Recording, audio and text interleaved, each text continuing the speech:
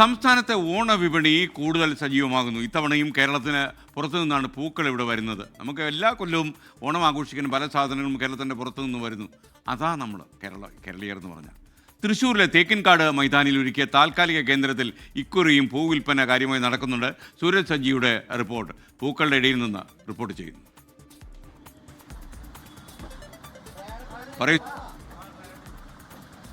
എന്തായാലും കേരളത്തിൽ എന്താ ഓണത്തെ വരവേൽക്കാൻ നമ്മൾ ഒരുങ്ങിക്കൊണ്ടിരിക്കുകയാണ്. ഞാനുള്ളത് പാറമേക്കാവിന് എതിർവശത്തെ കിഴക്കേ നടയിൽ ഒരുക്കിയിരിക്കുന്ന താൽക്കാലിക പൂവിൽപ്പന കേന്ദ്രത്തിലാണ്. ഇക്കുറിയും സംസ്ഥാനത്തിന് പുറത്തു നിന്ന് ഒത്തിരി പൂക്കൾ ഇങ്ങോട്ടേക്ക് എത്തിക്കൊണ്ടിരിക്കുകയാണ്. അതാ ഇപ്പോൾ ലോഡ് വന്ന് അതെല്ലാം ഇറക്കിക്കൊണ്ടിരിക്കുകയാണ്. പല നിറത്തിൽ അങ്ങനെ തുടങ്ങി പലതരം പൂക്കളെല്ലാം തന്നെ ഇപ്പോഴേ ഉണ്ട്. ഈ പൂ വാങ്ങാൻ തന്നെ ആളുകൾ എത്തിത്തുടങ്ങിയിരിക്കുന്നു. നമ്മളോടൊപ്പം ചേരുന്ന ഇവിടുത്തെ വിൽപ്പനക്കാരനാണ്. ചേട്ടാ, ഇത്തവണ എന്തൊക്കെ പൂക്കളാണുള്ളത്?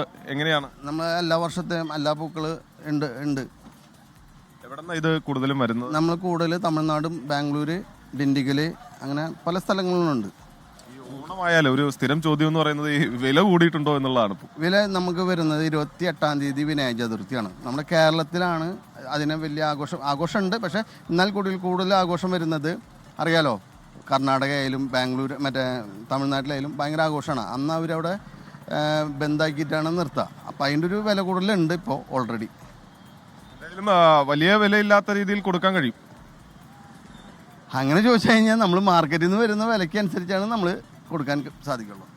എന്തായാലും വലിയ വില കൂടുതലൊന്നും ഇല്ല എന്നാണ് പറയുന്നത്. പക്ഷെ ഇപ്പോൾ നമുക്ക് കാണാം ഇവിടെ ഒരു കുടുംബമൊക്കെ അത്തമാണ്. അത്തം നാളെയാണ്. പക്ഷെ അത്തം നാളെയാണ്, ഇന്നേ പൂ അങ്ങനെ ഇറങ്ങി. കാലത്ത് ടൗണിക്ക് വന്നപ്പോൾ ഇറങ്ങി. ലോകത്തെവിടെയായാലും ഏത് സമയത്തും 24 വാർത്തകളും ഓഗ്മെന്റഡ് റിയാലിറ്റി പാക്കേജുകളും എക്സ്പ്ലെയിനറുകളും വിശദമായി കാണാൻ ഞങ്ങളുടെ യൂട്യൂബ് ചാനൽ നിങ്ങൾക്ക് സബ്സ്ക്രൈബ് ചെയ്യാം.